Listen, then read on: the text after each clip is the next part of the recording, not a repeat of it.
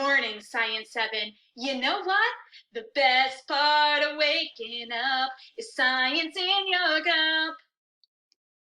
The best part of my day is definitely getting to do science with you. Did you like my chatter picks? Well, later on, I'm going to show you how to make your own chatter picks after we create a visual representation of mom and dad. So grab your pencil, your journal slip, your science journal, and you'll want to download the ChatterPix app that you see here for your phone or your tablet. It's available from the App Store. But before we do that, I posed a question to you in the last lesson. How does someone's genetics influence his or her appearance? To answer that, we have to be very clear on the difference between genes, chromosomes, and DNA. Take a look at the question on your screen. 4 friends were talking about human DNA, genes, and chromosomes. They each had different ideas about where these structures were found. Bella said, "I think DNA is found on genes." Kira said, "I think chromosomes are found on genes." Kurt said, "I think genes are found on DNA." And Joan said, "I think chromosomes are found on DNA." Who do you agree with most? Take a moment to choose and explain who you agree with. And remember, you should also explain why you disagree with the other 3 friends. It's really important that you take the time to think through this now. You're going to have a chance later in the lesson to revise your thinking, but for now, I need to see evidence of what you're thinking. Go ahead and do this on your journal slip.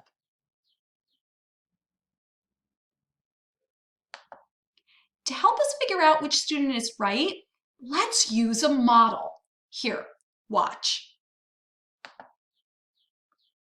I know you thought it was cool that I had this model of DNA lying around my home, but I have something even better. Take a look at this model. It's a larger model of DNA, and DNA, the molecule, resembles a ladder, and it has our 4 nitrogen bases: adenine, thymine, guanine, and cytosine. And you can see that adenine is always pairing with thymine, and guanine is always pairing with cytosine. Now, if I read one side of my ladder, I read my A, T, G, and C's. This is an important sequence that can code for a protein. Come on, you know what that sequence is called. Yep, you got it. It's a gene. This important sequence of nitrogen bases is a gene that codes for a protein that can give you your traits. So this model is showing us that genes are found along a DNA molecule. And if I just give this a little twist, I have this double helix shape that a DNA molecule truly has. And if I keep twisting, I know this is so cool. If I keep twisting and coiling and twisting and coiling, the DNA molecule is now a chromosome. The gene is still there.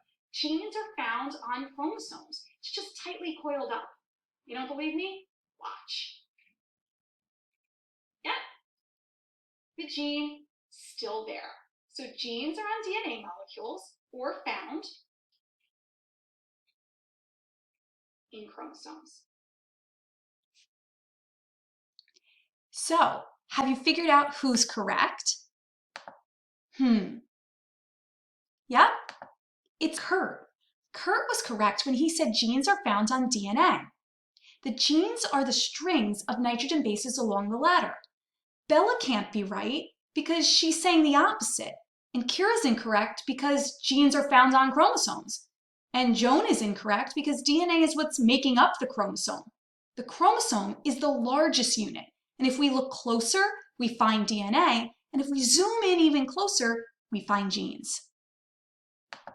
Today, you're going to analyze and interpret the data you gathered yesterday to create a visual representation of mom and of dad. Take a moment to check that you have the correct genotypes and phenotypes before you get started. You can use this answer key that you see on your screen.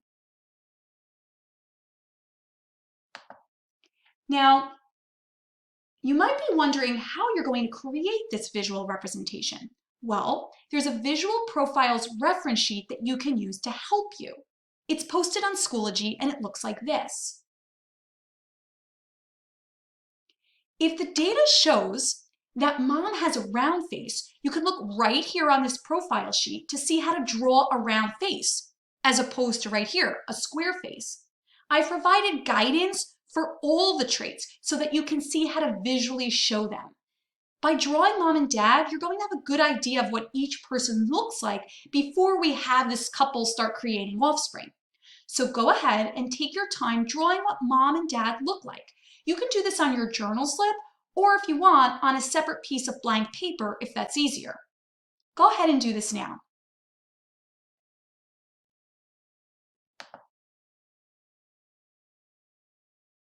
So you're done. Well, I found this really cool technology that I thought we could use today, to bring mom and dad to life. This app can take any picture and make it talk. Here, watch.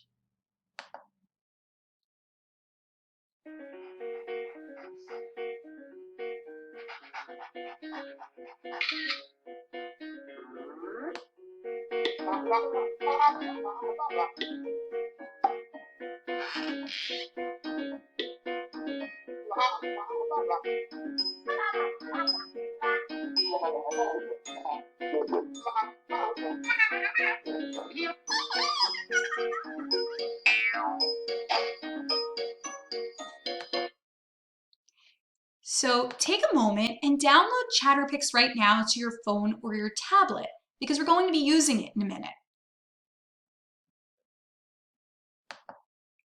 All right, so you have the app?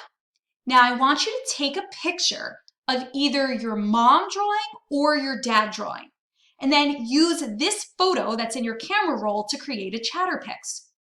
Chatterpix is going to give you exactly 30 seconds to record your voice, or any voice that you choose to have. In that 30 seconds, have mom or dad explain how their genetics led to a specific trait.